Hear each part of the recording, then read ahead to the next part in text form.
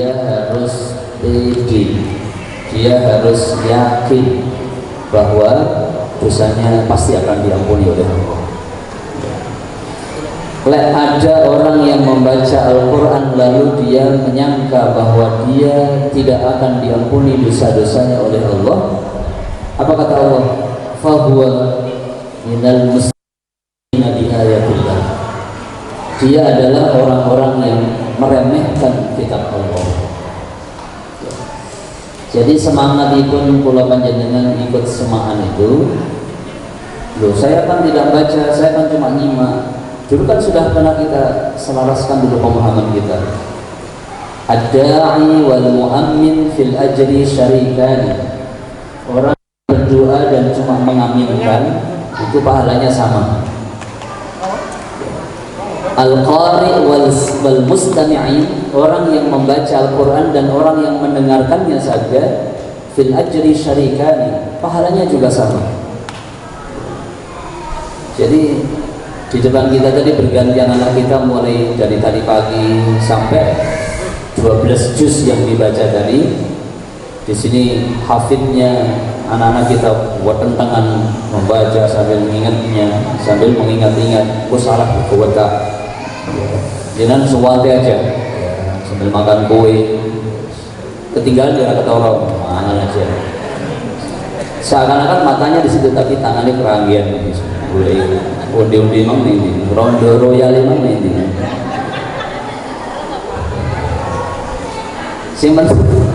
Simpati jangan datang menyimak fil ajri syarikan, pahalanya sama. Ya alhamdulillah. Jadi kalau kita sudah yakin pahalanya sama, berarti jaminannya juga sama. Siapa yang membaca Al-Quran atau mendengarkan Al-Quran lalu dia merasa bahwa dia tidak diampuni oleh Allah, maka orang itu adalah orang yang meremehkan kitab Allah. Jadi kalau Bapak Ibu itu sering majelis imaman, sering yasinan, sering hadir di majelis ilmu, cara guru kula ora usah sering-sering istighfar. Ngapain istighfar itu? Karena jenengan datang di tempat ini saja sudah diampuni dosa-dosa kita oleh Allah. Yang penting orang gak dosa nih ini. Semaan gak dosa. Contohnya apa? Ngelok nih panitia nih, panitia.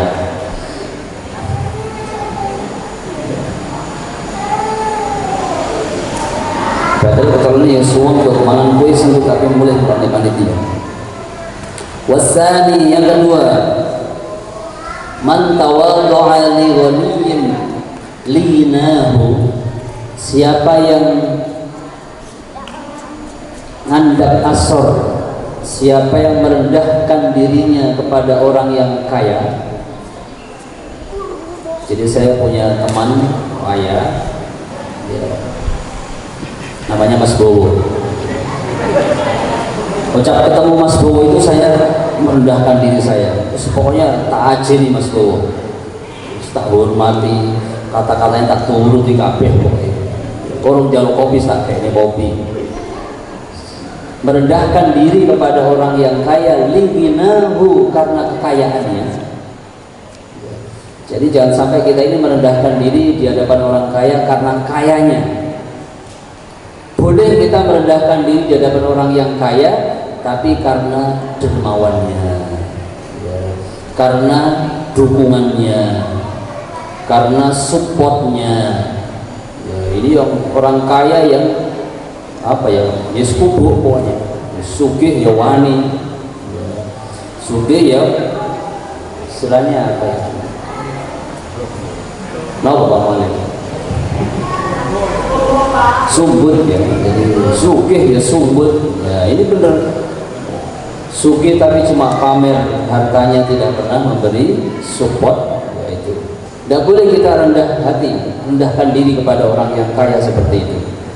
Apa ancamannya Allah? Siapa yang merendahkan dirinya di hadapan orang yang kaya karena kekayaannya? Sebab ini tambah ya. Gawane dunya partnernya kekayaan itu biasanya menjadikan pemiliknya itu menjadi ya superior, ya, menjadi merasa lebih dari orang yang lain. Ya. Dulu ketika dia belum kaya, itu majelis taklim ya seneng pojokan, boleh-boleh. Mergo saiki wis sugih, wis kaji, majelis taklim ini dengar dhewe. Cedek mik. Ambil bulan bikin di. Mereka sudah kaya sekarang. Ya. Sebab gawannya, terus gawannya nanti bawaannya harta itu menjadikan orang kadang-kadang yang nggak siap menjadi ya kemelungkung, jadi takabur kan. Ya. Makanya banyak orang yang begitu kaya akhirnya merasa dirinya lebih, sehingga orang lain harus handap asor kepada dia, merendahkan diri kepada dia. Nah ini kata Allah, siapa yang merendahkan dirinya di hadapan orang yang kaya karena kekayaannya, bukan karena tadi, bukan karena dermawannya, karena sumbangannya, karena supportnya, karena kepeduliannya. Ya benar, sini kan banyak orang kaya dan kekayaannya dipakai, kekayaannya untuk menghidupkan syiar majelisnya. Maka kita tidak merendahkan diri karena kekayaannya, karena kepeduliannya tadi, karena supportnya tadi itu. Jadi buatan parang awak ini yang kaya kata Mas Bo tidak boleh suke, karena beliau memakai hartanya untuk kepentingan majelis kita. Ya, berarti kita merendahkan diri karena tadi kebaikannya. Ya. Apa kata Allah? Faqad dhahaba thulutsa dinih. Orang yang merendahkan dirinya di hadapan orang kaya pun sebab kekayaannya, orang itu sudah menjual 2/3 agamanya. Dia sudah mengorbankan 2/3 agamanya. Berarti agamanya karek 1/3 yang ada dalam dirinya. Dia sudah jual agamanya karena memuliakan orang kaya tadi. Sehingga kita berjanji itu kan di antara sifat-sifat kebaikan Rasulullah itu kan beliau kan wayajlisu ma'al fuqara. Nabi itu lebih sering duduk bersama orang-orang fakir, lebih sering kumpul dengan orang-orang miskin. Kalau kita kan enggak ya, belum miskin resah-resuh mengelah ngeluh malah pena ya kumpul wong sugih-sugih amin ditawani. Jadi pun Pak Yasodik pun sarapan aja ya mau sarapan pena kumpul wong sugih. Beri pun Pak Ustadz ini kok mesin ini pun saya dereng Mas Bowo justru tak tukok nenek pena konco Mas Bowo langsung nyar tukok nenek.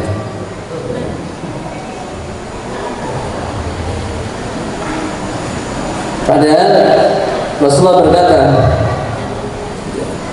di antara tanda rendah hatinya min tawadu'il mar'i, di antara tanda rendah hatinya seseorang itu adalah kasratu julusihim ma'al fuqara. Orang yang sering duduk bergaul merungokni rembukan bersama orang-orang fakir itu adalah tanda orang yang rendah hati. Ya, ini pesan berarti kepada orang yang agak kaya ya, agak kaya-kaya itu sering-seringlah duduk bersama orang-orang yang miskin. Tanda kita ini rendah hati adalah kita ini sering ngajak ngumpul-ngumpul orang yang fakir. Tapi kalau wong sugih gaya kelompok ini grup wong sugih di mata. Yes. Ada grup wong sugih yang tidak bisa disentuh oleh orang-orang miskinnya orang di mata. Wah ini bahaya ini. Ini eksklusif ini. Dan yang seperti itu nanti dia akan hilang, rasa rendah hatinya akan hilang. Sebab tanda tawadhu'nya seseorang itu adalah kalau dia memiliki kelebihan, dia mau duduk bersama orang-orang yang fakir, orang-orang yang miskin. Ya. Ulangi tadi yang pertama apa Pak tadi? Jauhi kitab Taurat tadi. Siapa yang membaca Al-Quran tetapi dia tidak yakin bahwa dosa-dosanya akan diampuni oleh Allah, dia adalah orang yang meremehkan ayat-ayat Allah.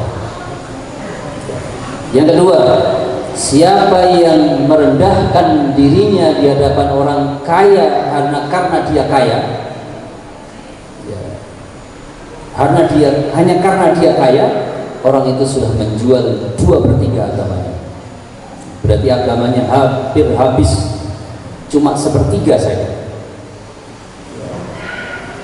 Sebetulnya kalau kita pikir sekarang Pak, enak itu duduk sama orang miskin sebetulnya. Orang miskin itu enak.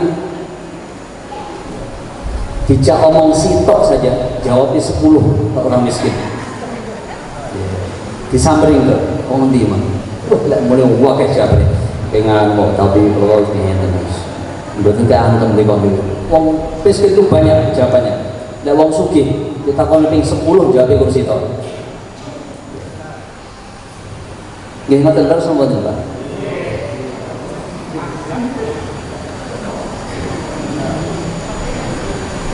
Tapi yang bener sedaya makanya sama takok wonge jape wong akeh betul larat berarti itu ngoten biasanipun ngoten wong lek sugih ditakoni wong akeh jawabane kok sitok ya, tapi kalau orang miskin ditakoni pisan jawabnya ping 10 enak ya, sebab kadang orang kaya itu kalau diajak ngomong sambil ngomong taruh HP ini sambil sik kan betul enak. Yang ketiga, dawe kitab Taurat.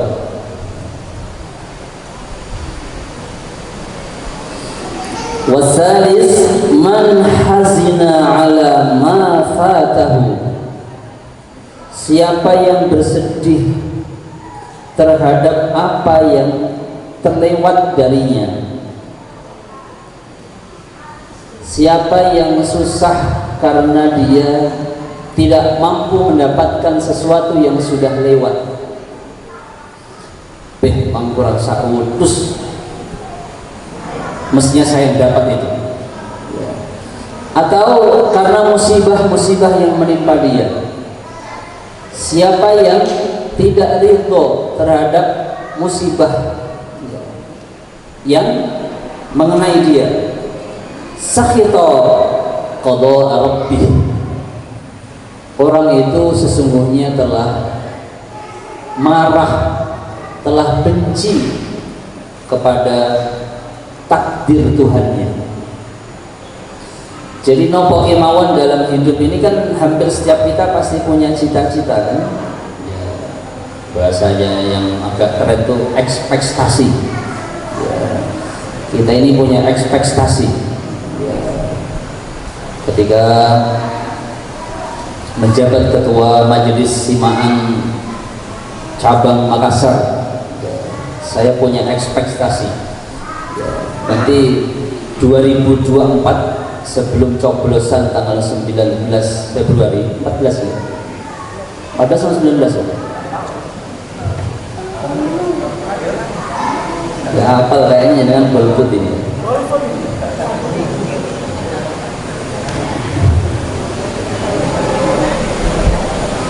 pokoknya sebelum tanggal 14 Februari ini rencana pembelian mobil dulu harus terlaksana.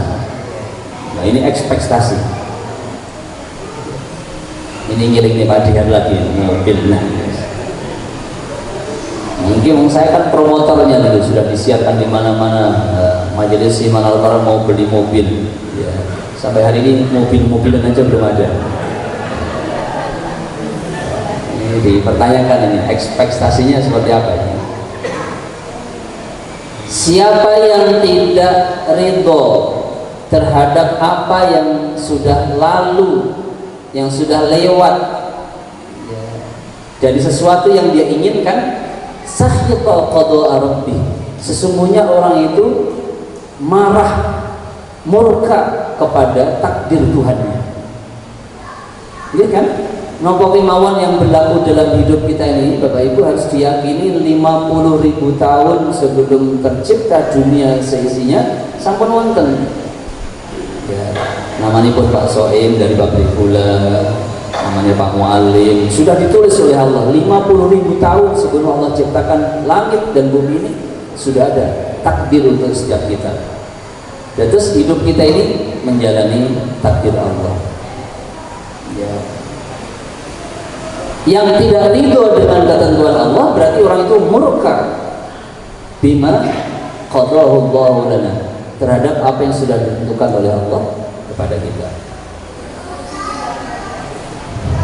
Jadi inna salati wa nusuki wa mahyaya wa mamati lillahi rabbil alamin itu adalah implementasi ridho kepada takdir yang sesungguhnya. Gitu. Jangan ngantos kenapa kita kok hidup hari ini? Jangan ngantos sebabnya apa? Karena bernapas. Jadi kejar lagi, nyapa kok bernapas? Ya karena jantung saya sehat. Berarti yang menjadikan Anda hidup itu karena jantung. Berarti sebelum Anda tercipta sudah harus ada jantung yang disiapkan untuk hidup Anda. Kan betul. Jadi jawaban yang cerdas adalah hidup kita ini adalah keinginan Allah, kehendak Allah. Nyapa kok mati? Mati juga karena Allah. Jadi kita nanti mati pun kita tidak pernah ngerti kayak apa mati kita nanti, di mana mati kita nanti. Allah yang, sehingga Allah itu kan memberikan kepada kita fasilitas hidup, mati dan sebagainya, semuanya dengan kehendak ketentuan Allah. Maka orang yang tidak ridho dengan ketentuan Allah berarti salah ikrarnya setiap hari, inna salati wa nusuki wa mahyaya wa mamati lillahi rabbil alamin. Maka sebaik-baik semangat dalam hidup itu cuma satu, seneng. Kata so enjing yang kita sampaikan, seneng. Seneng itu bahasa Al-Qurannya apa tadi? Ala hubbi wa atal mala ala hubbi. Dia menunaikan, memberikan hartanya dengan keadaan senang hati. Sebab banyak orang yang memberikan sesuatu itu bukan senang hati, tapi dia memberikan syarat-syarat. Ini tak kasih karpet ya, jangan lupa nomor 7 nanti. Itu bukan ala hubbi. Dan ternyata kalau bukan nomor 7, karpetnya dijalur naik. Kata ini sering di Al-Quran tentang infak itu Allah memberikan kata ala hubbi, ala hubbi. Seperti dalam surah Al-Insan ya di juz 29. Wa yut'imuna at-ta'ama ala hubbihi miskinan wa yatiman wa asira. Dan orang-orang yang abror, orang-orang yang akan bahagia nanti di akhirat itu adalah orang-orang yang ketika di dunia dia suka memberi makan kepada orang lain ala hubbi, dengan kerelaan hatinya, dengan kesenangan hatinya. Miskinan kepada orang miskin, wa yatiman kepada orang yatim, wa asiran kepada orang-orang yang tertawan. Apa yang dikatakan ketika dia memberikan harta tadi itu? Innama nut'imukum liwajhillah la nuridu minkum jazaan wala syukura. Sesungguhnya aku memberikan ini kepada kalian liwajhillah, karena Allah. Atau saya kalau kita sudah berniat lillah, liwajhillah, itu jangan sampai ada dua tambahannya di belakang. La nuridu minkum jazaan wala syukura. Aku enggak butuh balasan dari kamu, juga enggak butuh ucapan terima kasih kamu. Itu kalau liwajhillah itu seperti itu. Enggak boleh ada embel-embelnya.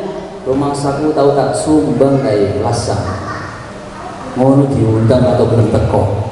Itu berarti nuridu jazaan, dia menginginkan balasan. Wala syukuran, dan juga tidak menunggu ucapan terima kasih. Kayak paling pimpinan lasang rotok lali. Biyen tahun 2006 tahu tak sumbang. Saya ketemu paling rotok lali orang. Justru tahu ngomong matur suwun Mas Bowo, matur suwun, nggak tahu. Itu berarti kita belum liwajhillah. Orang yang memberi liwajhillah itu dia pantang nunggu dua perkara tadi.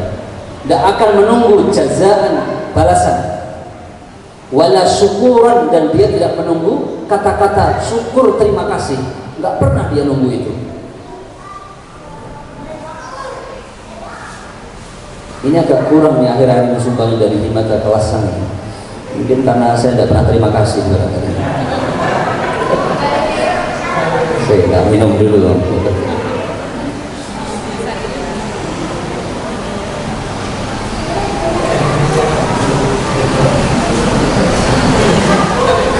Betul Pak Malim, karena saya tahu ini masih banyak hutangnya.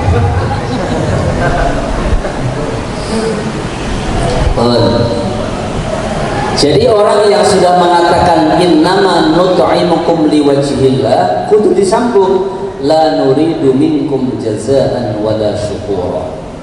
Kami tidak menunggu balasan dan juga kami tidak mengharap ucapan terima kasih dari apa yang saya berikan ini.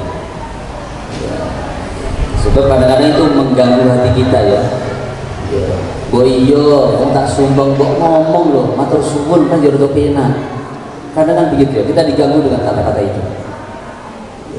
Sudah lepaskan. Yang keempat, warabi', yang keempat, man syaka musibatah, siapa yang mengajukan musibah yang dia terima, innama yashku rabbah, sesungguhnya orang itu adalah orang yang menggugat Tuhannya. Ibu, masih bisa diulang ya?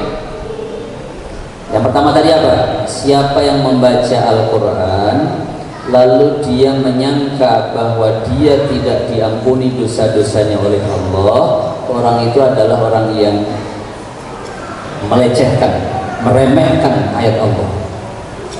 Yang kedua, siapa yang merendahkan dirinya kepada orang kaya sebab kesugihannya, orang itu sudah menjual 2/3 agamanya. 3, siapa yang benci, siapa yang tidak ridho terhadap sesuatu yang lewat, tidak dia dapatkan, cita-cita yang tidak dia peroleh, sesungguhnya orang itu adalah orang yang murka kepada takdir Tuhan. Dan yang keempat, siapa yang mengadukan musibahnya, ngadukan itu pradul.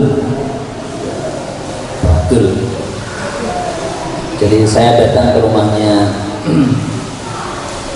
Bu Haji Kong, saya ngomong, Bu Haji, saya sudah lama tidak dicat Bu Haji, jadi saya dicat. Dan cat itu saya kira bagian dari syukurnya, mereka putune diri sudah kedokteran, muara merah karuan. Video ini dikirim saya. Tambah tadi saya dikasih aja kerupuk masuk di mobil saya. Syukur yang benar itu seperti itu. Berapa ngomong dong, ada bukti. Tapi kayaknya kerupuk matang tadi. Nanti singgah di rumahnya kreceknya. Orang yang syukur, orang yang berterima kasih kepada nikmat Allah itu adalah orang yang mempromosikan kebaikan Allah. Tapi kalau seseorang datang, seperti saya bilang tadi, saya ke rumahnya Bu Haji, saya ngeluh masalah saya. Bu Haji pripun niki, sisiran kula niki dari lunas. Niki ada musibahnya kan, mana lagi ini anak mau dibiayai. Orang yang mengeluhkan musibahnya ini hakikatnya dia orang yang sedang mengadukan Tuhannya, orang yang sedang yang melaporkan Tuhannya, ya, wadul tentang Tuhannya. Sehingga para ulama berkata al musibatu wahidah, musibah itu sebetulnya cuma satu.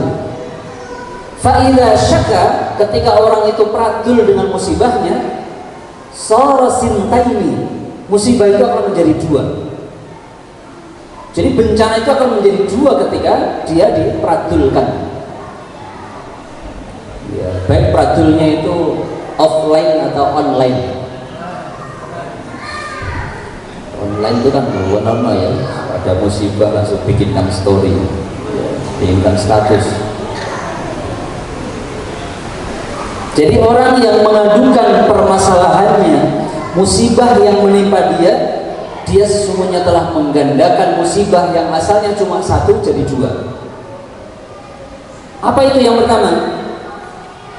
Yang pertama adalah saat musibah itu diadukan, yang pertama adalah musibah itu akan terus berjalan untuk dia. Apa dengan mengadukan musibah tadi kemudian musibah kita hilang? Betul tak?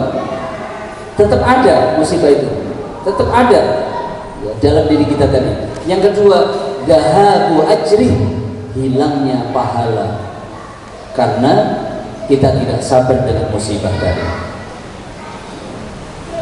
Jadi kembali tadi yang pertama tadi ya, senang tadi ya, hidup itu senang, semati ya senang. Pokoknya kita ini kan hidup menjalin takdir, hiduplah dengan bahagia, waya mati ya mati itu bahagia. Karena kita tidak pernah bisa mengelola hidup itu seperti apa, supaya kita nggak mati-mati juga bagaimana kita nggak ngerti. Maka lillahi rabbil alamin itu adalah semangatnya senang, bahagia.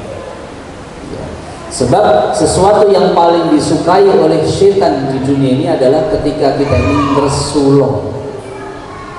Jadi kalau orang itu ngersuloh, gerutu, pradul, sering tidak rela terhadap takdir Allah, itulah peluang yang paling luas untuk syaitan kepada kita. Tapi kalau kita senang, semaan senang, ngantuk ya sewenang, ora bagian sengko ya seneng, lawentek ya sewenang,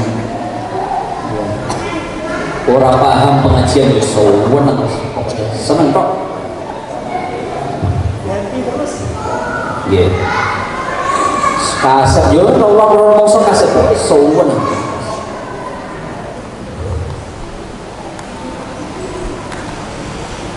Sebab kalau orang itu ngersuloh, itu peluang dia, peluang setan yang terbesar untuk dia. Akhirnya karena dia ngersuloh, menggerutu, protes. Ngapa kemudian radi kalau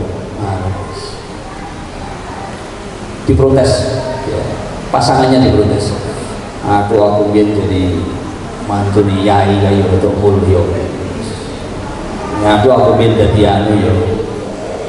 Jadi laula falau min amali syaitan, ucapan lau itu adalah kata-kata syaitan.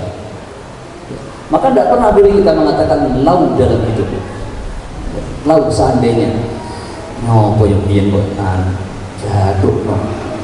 Jadi jatuh no itu adalah kata-kata syaitan. Ya, membuka pintu syaitan untuk menjadikan kita nggak sabar, nggak ridho, gerutu dan seterusnya.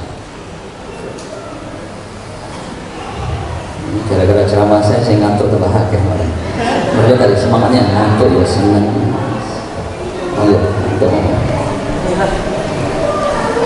Tapi jangan lupa ya, ada 5 door prize Bapak Ibu ya. Yang 2 dari Ibu Haji Lili dari Goa, yang 3 saya pun dikasih. Panitia ya, panitia. Agak kaya panitianya ini. Door prize.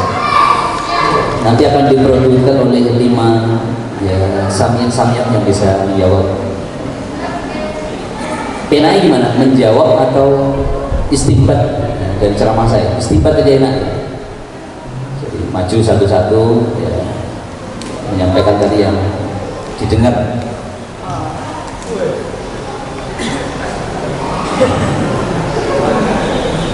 Oh, saya ulangi.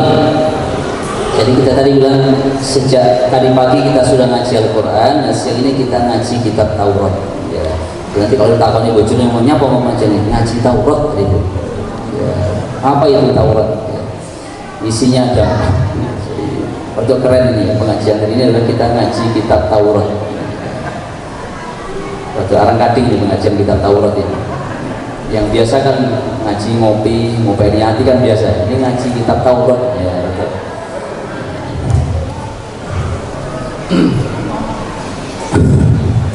Yang pertama tadi, siapa yang membaca Al-Quran lalu dia menyangka bahwa dosa-dosanya belum diampuni oleh Allah, orang itu adalah orang yang ngenyek Tuhannya. Jadi semangat kita dalam mengaji itu adalah, ya Allah, bismillah saya mau ngaji, suweneng ngaji Quran karena saya yakin dosaku akan diampuni oleh Allah. Kok mau ngaji nanti lali waktu. Yang kedua, siapa yang merendahkan dirinya di hadapan orang kaya karena kekayaannya, orang itu sudah menjual 2/3 agamanya. Sekarang ngerti wong kaya itu biasa saja, apa nih sih, sufi itu banget ganteng aku ya. Jadi pokoknya orang kaya itu biasa saja, kecuali kita melihat kedermawanannya, kebaikannya, supportnya. Tapi waya sufi melewecing, melek, tidak usah tawaduk kepada orang seperti itu. Ya. Justru kita lebih banyak bergaul dengan orang-orang miskin karena tanda tawaduk seseorang itu adalah orang yang suka ngumpul dengan orang-orang miskin, orang-orang fakir. Ya. Terus lebih enak itu bergaul dengan orang miskin. Orang miskin takut isi tok jadi 2 meter. Kalau orang kaya mau mengerti terus siapa nih? Yo, gue. Siapanya yang begitu? Yang ketiga, siapa yang tidak ridho terhadap takdir yang sudah berlalu untuk dirinya, maka orang itu adalah orang yang marah ya kepada ketentuan Tuhan. Yang keempat, siapa yang apa Bapak?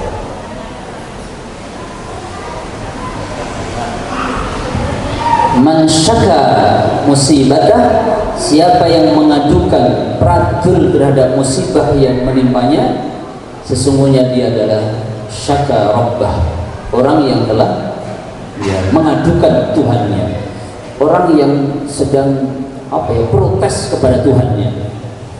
Semakin sering kita ini pradul terhadap musibah yang menimpa kita, berarti semakin sering kita memperkarakan Tuhan kita. Dan tadi ada hadis Nabi, ketika orang itu tidak sabar kepada musibahnya lalu dia mengadukan pradul kepada orang lain, musibah itu asalnya 1, sekarang menjadi 2.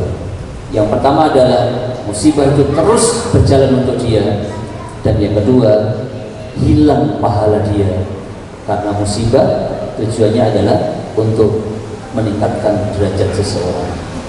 Wonten kisahnya dan Pak ya, sebagai penutup. Ini bukan kitab Taurat lagi, sudah Taurat jadi tutup sudah. Ya. Sekali ini hadis dalam kitab Durratun Nasihin dikatakan oleh Rasulullah itu, suatu hari Nabiullah yang berteman dengan Nabi Yusha itu siapa? Yang punya teman Nabi Yusha, Musa.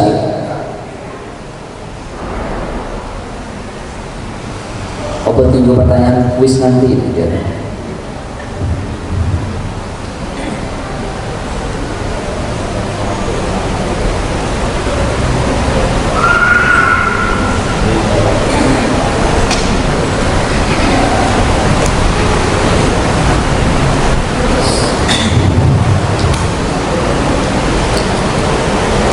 Terus Hukiya anna Musa alaihi salatu wassalam, diceritakan bahwa Nabiullah Musa alaihi salatu wassalam suatu hari beliau keluar bersama sahabatnya yang bernama Yusha bin Nun.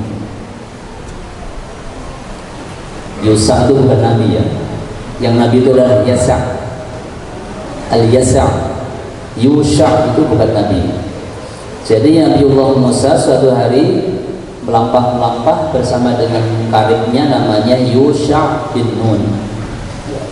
Faidan, tiba-tiba ada seekor burung bitairin abyad qad waqa'a ala mankibi Musa.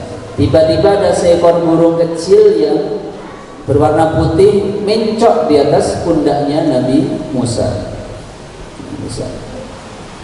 Nah, burung tadi langsung berkata, kepada Nabiullah Musa alaihissalatu wassalam, ya Nabi Allah, ihfadni al-yawma minal qatli.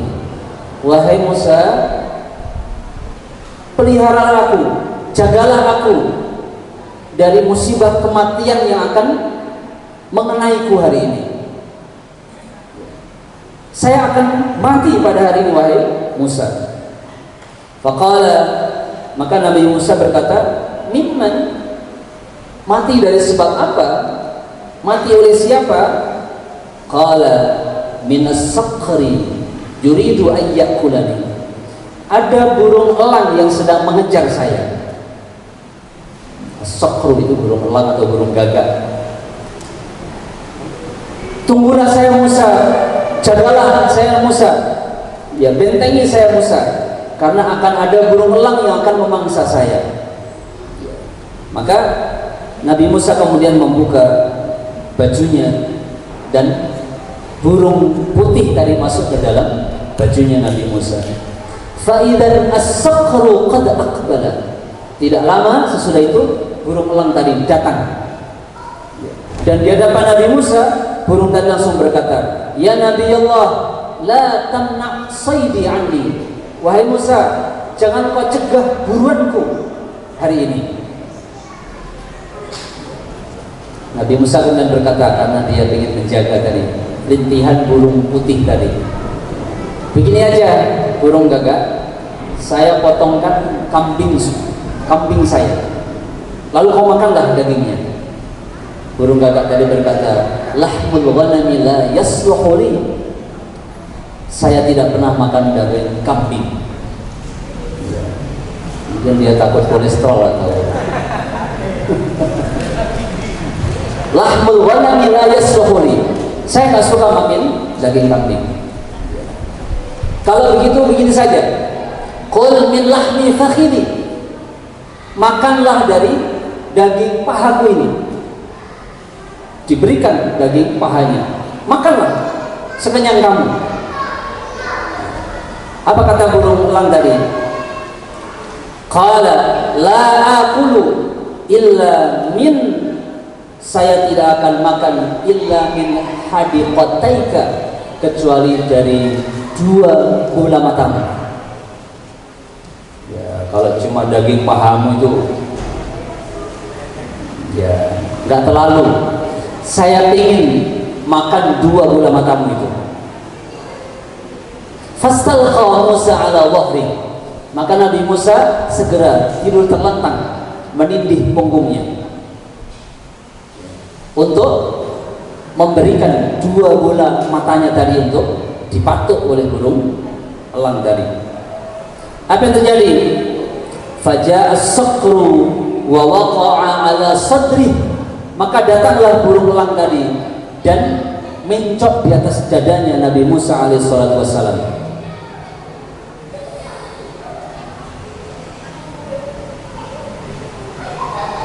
Falamma arada an yadriba biminqarih, tatkala burung gagak tadi hendak mematuk dua bola matanya Nabi Musa tadi dengan paruhnya, faqala, maka berkatalah Yusha bin Nun temannya tadi, ya Nabi Allah, atastakhifu bi'ainaika fi hadha asy-sya'n. Wahai Nabi Musa, begitu murahkah dua bola matamu ini hanya untuk pengorbanan seekor burung ini? Murah sekali tuh bola matamu itu Nabi Musa, untuk kau korbankan kepada burung putih yang akan dimangsa oleh burung gagak tadi.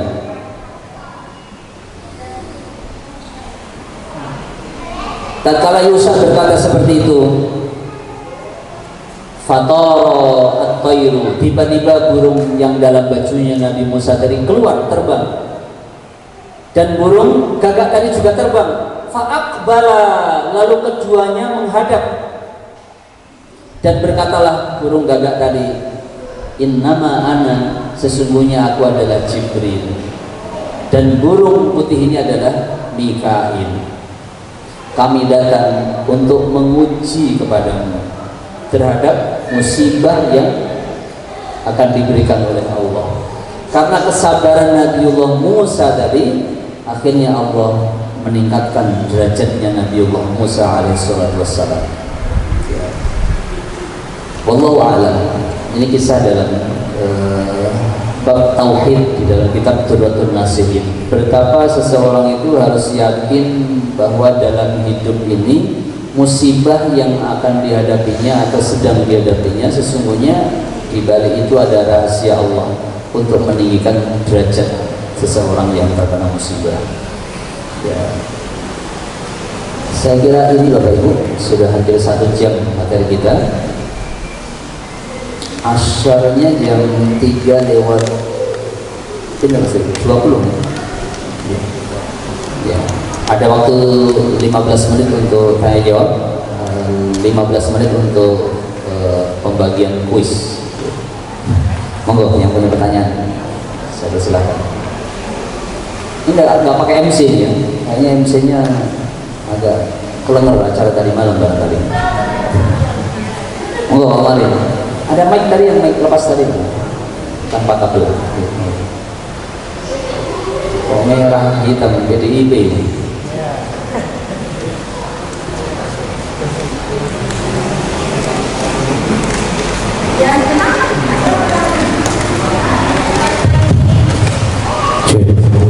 Bismillahirrahmanirrahim. Assalamualaikum warahmatullahi wabarakatuh.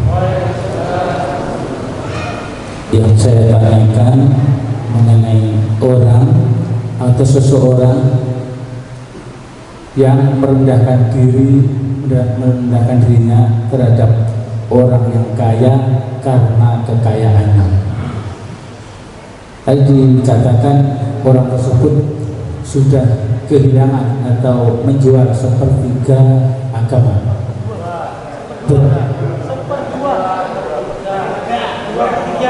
Dua per tiga agamanya. Itu satu kali. Kalau seseorang itu merendahkan dirinya terhadap seseorang karena kekayaannya 2 kali, berarti min. Begitu Ustaz. Terus bagaimana caranya supaya agamanya itu bisa kembali lagi? Apa kita cukup bersyahadat sudah kembali lagi atau bagaimana? Itu saja. Assalamualaikum warahmatullahi wabarakatuh. Monggo ibu-ibu. Ada ibu-ibu? Ada nih. Kayaknya ibu-ibu capek mungkin wajib. Ada wajibnya jadi atos juga.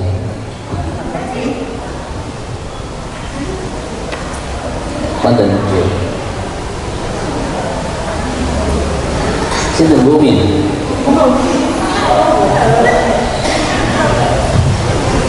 Badan enggak mas dulu lah ya. Oh.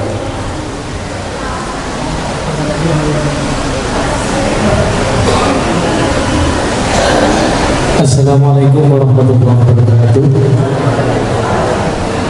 Yang saya mau tanyakan, kita tadi mengatakan bahwa kitab-kitab Taurat, Injil, Zabur itu sudah dilebur menjadi Al-Quran. Tetapi hari ini kita kok mengaji kitab Taurat, itu endingnya bagaimana? Apakah kitab Taurat tersebut bisa kita amalkan? Apakah ada memang Al-Quran dan Taurat itu ada sebenarnya sama atau ada kesempurnaan yang lain? Saya mohon penjelasannya. Assalamualaikum warahmatullahi wabarakatuh. Ada Pak Said. 3 dulu ya, nanti dijawab sesudah kita buka terminal lagi kedua. Monggo Pak Said. Perwakilan dari pabrik gula. Assalamualaikum warahmatullahi wabarakatuh. Yang kami tanyakan adalah dalam isi kitab Taurat yang keempat, tapi yang keempat adalah mengadukan musibah kepada orang lain. Ini rupanya yang sering-sering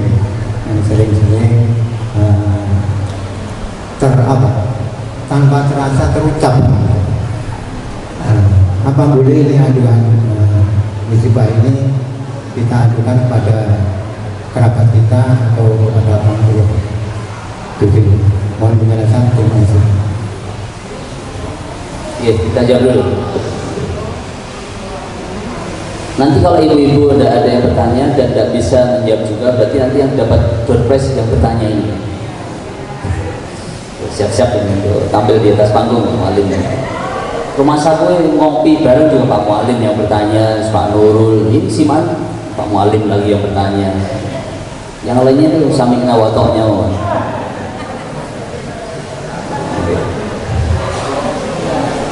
Bismillahirrahmanirrahim. Kalau dia sampai 2 kali ketemu orang kaya, ya kan saya bilang orang hebat itu kan kaya, ketemu orang sugih kayaknya merendahkan dirinya lagi.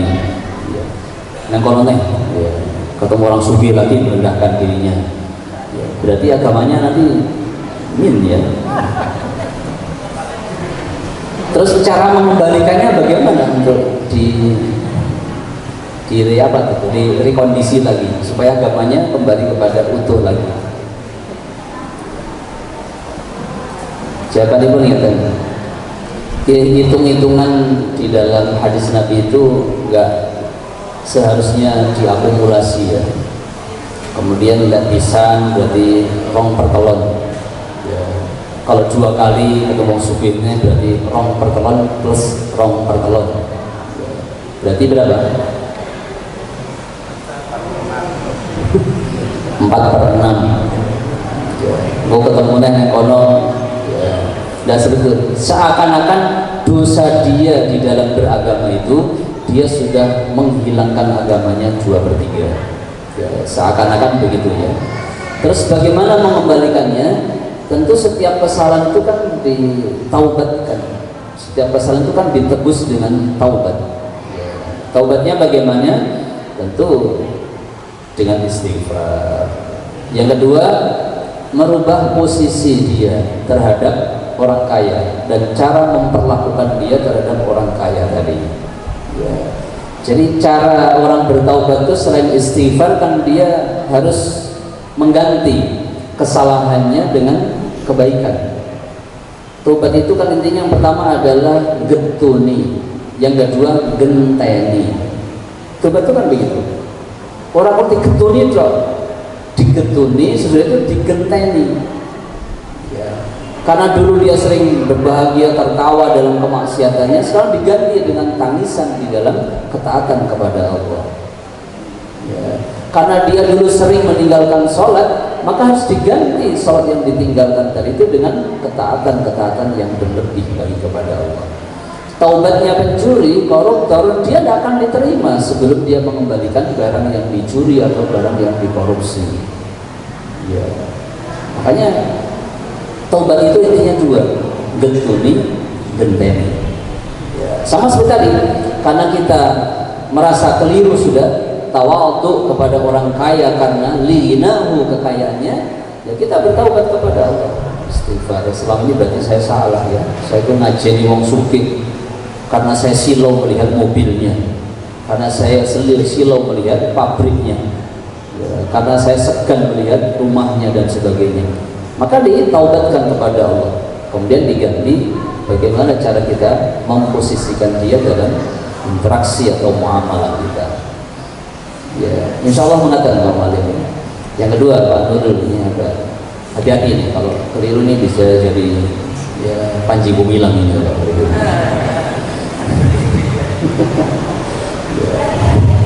ya, kan kitab Al-Quran itu sudah menggabungkan dari Taurat, Zabur, Injil.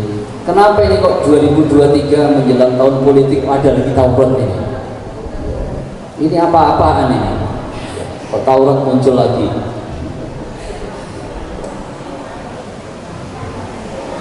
Kayak Syekh kita kan, Indonesia ini kan bumi suci. Kenapa mati-matian kita mau mati di tanah suci? Indonesia bumi suci, di sini aja kita mati. Jadi haji di Indramayu.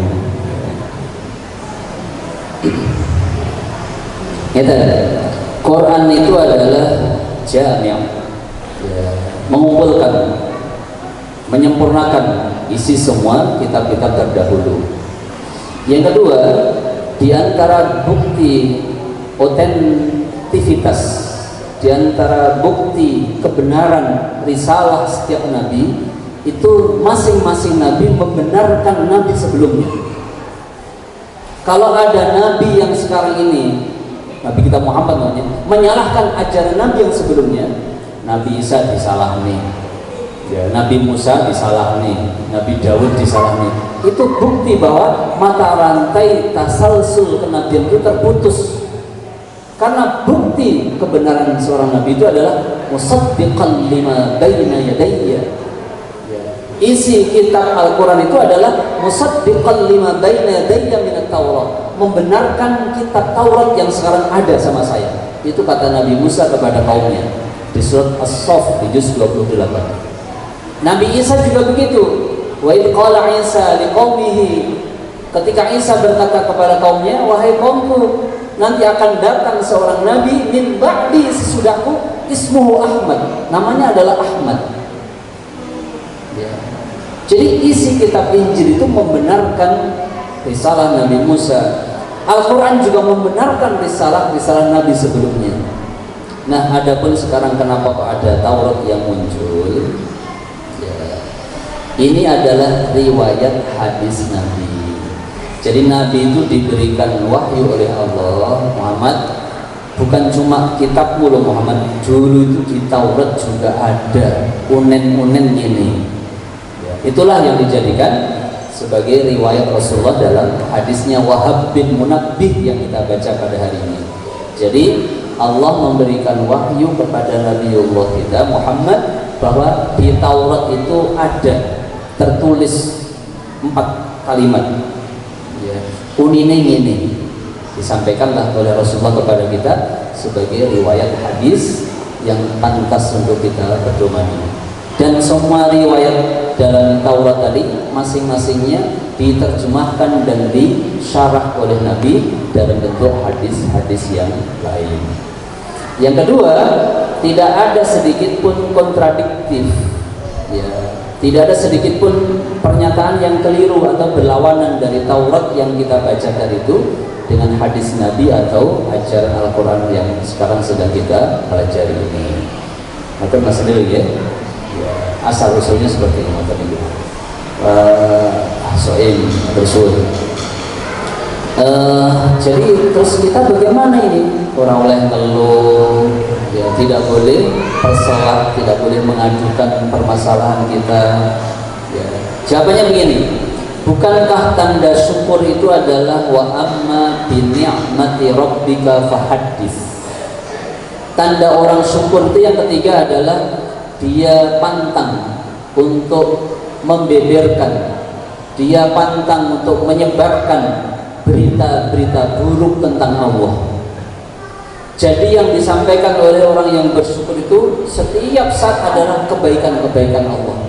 Bahwa umpamanya dia itu sedang tidak baik, Pak Masyudi takoni, Pak Masyudi pripun warungnya sing ngene kok kan pun ditutup. Sakniki pripun? Alah rada angel ya, betul kados riyen iki. Akeh saingan. Ini dia sedang mempromosikan keburukan Allah. Jawabannya benar bagaimana cara dia mempromosikan kebaikan Allah? Ya alhamdulillah, sakniki kathah saingan tapi survive. Warung kula tetep laris. Mbok umpamane yang beli satu hari cuma uang loro. Laris bukan main besar. Betul ini kesel kalau tunggu nih. Ya pembeli kesel nggak berkata kok ya. Itu amma bi ni'mati rabbika fahaddits, nikmat Tuhanmu hadis bicarakan nikmat Tuhanmu, jangan musibah Tuhanmu yang kau bicarakan. Kalau kita membicarakan musibah Tuhan berarti kita sedang mengadukan, ya Gusti Allah elean kepada saya, nggak cocok dengan promosinya selama ini. Gusti Allah pokoknya melek tidak bagus kepada saya.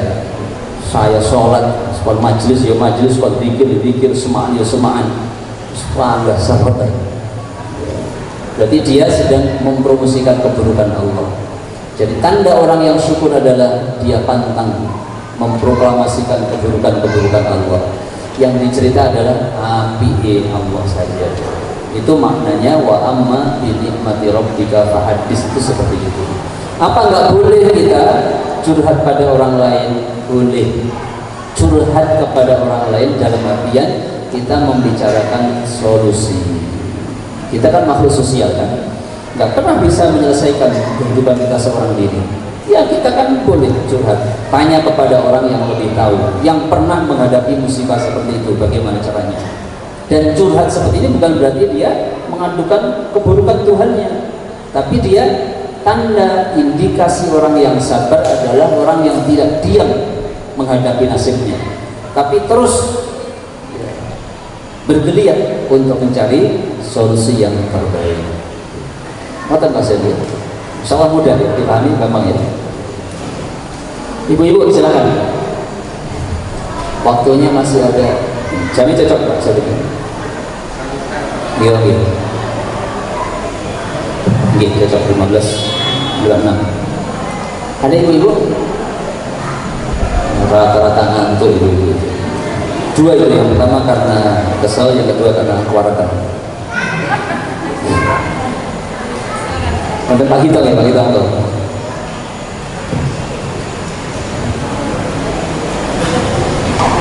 Assalamualaikum warahmatullahi wabarakatuh. Yang saya mau tanyakan Pak Ustaz, di surat Al-A'raf ayat 204, wa idza quri'al qur'ana fastami'u lahu ansitu la'allakum turhamun. Dan apabila dibacakan Al-Quran maka dengarkanlah baik-baik dan perhatikanlah dengan tenang agar supaya mendapatkan rahmat. Jadi yang saya mau tanyakan ini, apabila kita dibacakan Quran, kadang ada yang rame, ada yang mendengarkan, itu yang rame itu apakah juga mendapatkan rahmat Ustaz? Ya, tentunya yang di sini yang mendengarkan pasti mendapatkan rahmat. Itu aja Ustaz. Assalamualaikum warahmatullahi wabarakatuh.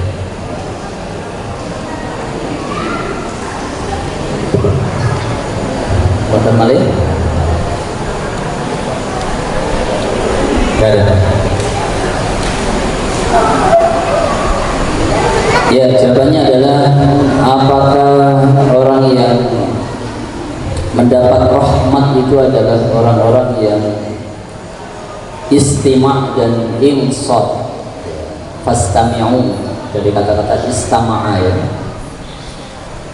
Kalau bahasa Arab wazannya ifta'ala, itu berarti bukan hanya sama dengan fa'ala, kan akar katanya kan mujarradnya kan sami'a, artinya mendengar. Kalau istama'a gatek nih, mendengar dan apa ya, kalau anak kita ngomong terus di rumah di tanah, beda kalau sambil main HP, yo wis rumahku wis, itu hanya sami'a namanya. Tapi kalau istama itu HP ini ditutup, inget nih bocah, itu namanya istama'a. Napa Pak bahasanya? Ya, perhatikan ya. Insot artinya adalah mengangan-angan. Insot itu mengangan-angan. Ya. Itu biasa kalau khutbah kan. Fa idza sa'ida al-khatibu 'ala al-mimbar fala yatakallamanna ahadukum. Ya. Angsitu wasma'u rahimakumullah. Angsitu itu angan-angan. Tapi saking kita mengangan-angan khutbah, cuma itu rata-rata kita ngantuk tidur. Ustaz angel turu. Dan survei membuktikan 90% orang yang mendengarkan khutbah Jumat tidur. Sebab saya sering khutbah Jumat, tak nih di mimbar. Orang masjid agung, orang masjid kecil, podo, orang masjid Telkom, podo. Gayanya saja pertama, yuk ini masjid Telkom, masjid agung. 10 menit saya jenggelek ketawa saya, 15 menit turu kabeh. Karena tadi angsitu tadi kata-kata, angsitu Mungkin dia maknai angsitu turu, wis mau rungokno oleh gelem.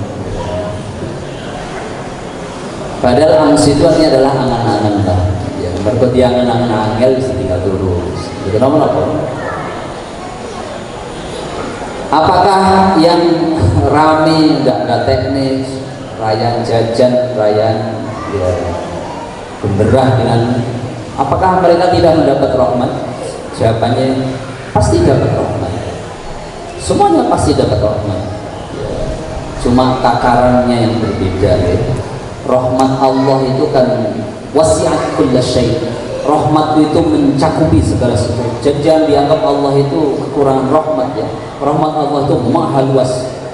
Ya. Mungkin jangan nyindir itu sampingku turu ya kan mau dapat rahmat ini loh sampingku ini. Ya. Semuanya dapat rahmat Pak Gito ya. Semuanya dapat rahmat. Ya. Yang tidak dapat rahmat adalah yang tidak senang sama Al-Quran. Ya. Orang teko nggak kesel ya dapat rahmat. Aku rata teko tapi hatiku yang dimata yes dapat rahmat dia. Tapi rahmatnya cilik orang. Yang benar-benar rahmat banyak itu ya tadi malam ya ngomong pengacara, ini mah ya teko nih turu kok Islam. Rahmatnya banyak itu. Sebab turu itu orang rusui koncone ya.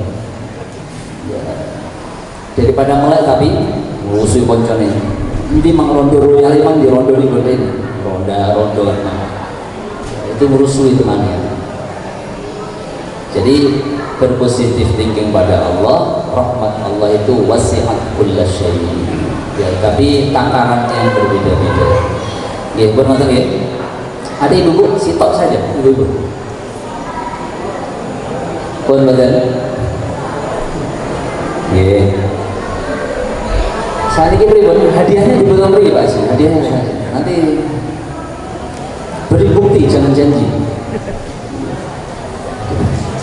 Ya, ketua umum nanti perintahkan dan punya asisten ya begitu.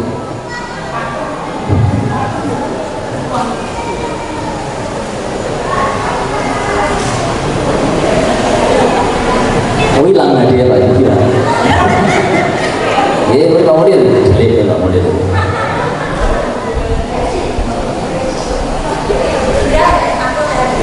Yang 3 mana, yang 2 mana, katanya ada 5. Berat hadiahnya. Air jam-jam. Oke, ada 2 dari 2 jilid dari gua Pak. Kayaknya ini air mako. Oke.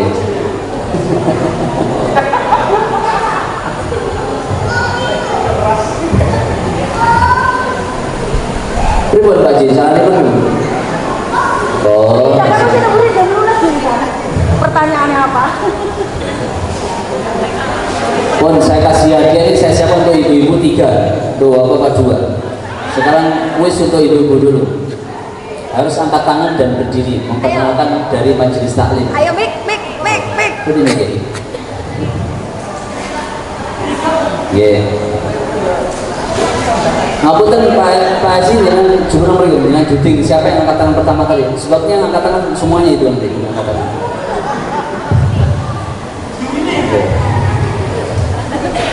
Oke, pertanyaan pertama.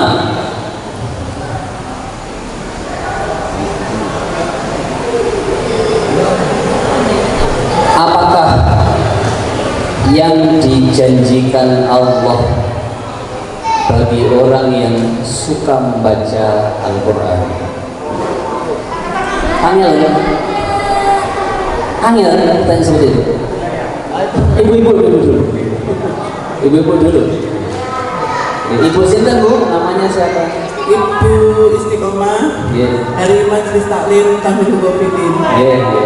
Monggo dijawab, apa yang dijanjikan Allah untuk orang yang suka membaca Al-Quran? Akan dihapus dosanya 100. Halo, hadiahnya langsung lagi ketua umum. Dia terserah Pak ini. Mantap Pak Sih.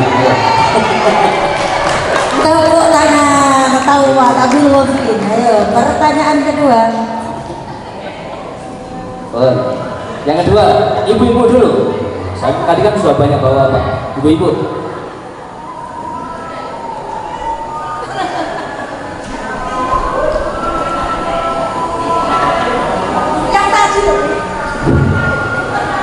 Yang kedua, yang saya sampaikan tadi, yang saya ceramahkan tadi. Ya betul. Apakah bahayanya orang yang suka pradul tentang musibah yang dia terima? Maka siapa itu? Assalamualaikum warahmatullahi wabarakatuh. Saya Ibu Anis dari Majelis Ta'lim Takmil Lubuk. Wah, belum lagi. Ini siangnya. Orang yang suka pradul atau itu sama saja dengan mengadukan Allah. Begitu kayak Ustaz. Iya, terus. 100. Mau hadiahnya? Kamu yang dia sini. Oh yang COD. Siap. Ya, penasaran yang COD. Yang COD siap. Monggo lanjut pertanyaan ketiga. Ya cukup ibu-ibu, sekarang pertanyaan untuk bapak-bapak. Jelek, katakan tadi ibu-ibu 3, Oh, baru 2. tiga. Al-Waqidain, ayo. Iya, sabarin Pak Gito ya, sabarin Pak Gito. Pak Gito mau ngacung-ngacung kan Pak? Iya, itu ibu-ibu. Karena tamilofilin sudah dominasi, sekarang nggak boleh tamilofilin. Harus keluar tamilofilin. Ya. Pertanyaannya adalah kapan musibah itu menjadi berlipat?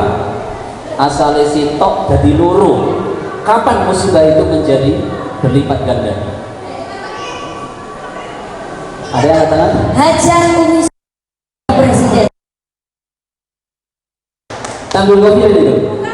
Soleh. Berkamuflase. Umi Soleha. Iya. Umi Soleha. Soleha. Waktu mengeluh. Oke. Terus orang itu mengeluhkan musibah. Ya. Nah, langsung pertanyaan yang keempat untuk bapak-bapak. Bagaimana dobelnya musibah itu? Iya, monggo. Tanya kita, monggo. Tapi mau pilih lagi ya? Assalamualaikum warahmatullahi wabarakatuh. Dari Tolabun Haji Diperkenalkan namanya. atas nama Ali Mas'ud. Iya. Yang pertama yaitu menerus musibahnya dan bertambah dosa. Pada dia. Yang kedua, Dosanya kok dosanya? mendapat dosa. Dosanya pun kenapa boleh dulu? Apa dosa?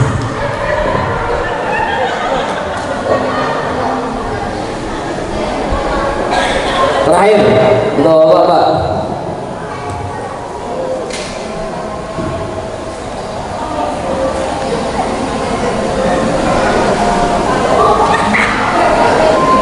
Apa indikator atau tanda orang yang bersyukur kepada Allah itu? Iya, monggo. Diperkenalkan nama. Assalamualaikum warahmatullahi wabarakatuh. Salam. Baji, kasih kita. Tidak jelas Pak, Mas Malibu? Muhammad Ali. Muhammad Ali ya. Berbakin ya. Orang pada yang bersyukur yang menceritakan kebaikan-kebaikan Allah kepada Orang lain. orang lain. Oke, terus 100. Silakan dikasih. Sak bagi-baginya. Orang yang bersyukur kepada Allah, indikatornya adalah orang itu selalu menceritakan kebaikan-kebaikan Allah.